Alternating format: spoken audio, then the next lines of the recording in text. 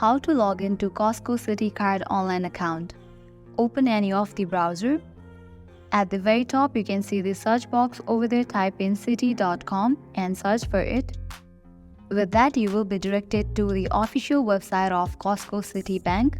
Now, at the right corner, you can find this section from where you can easily log into Costco Citi Card online.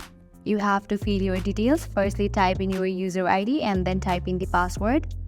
In the case you want to remember user ID, you can check in for this option. You can also use QR code to log in. For that, you'll need to click on this option of sign on with QR code. In the case you have forgotten the user ID or password, you can click on this option of forgot user ID or password to recover it. After you fill these, you can just click on this option of sign on. With that, you will be logged into Costco Citi Card online account. So this was all for this video. This is how you can easily log into Costco Citi Card online account.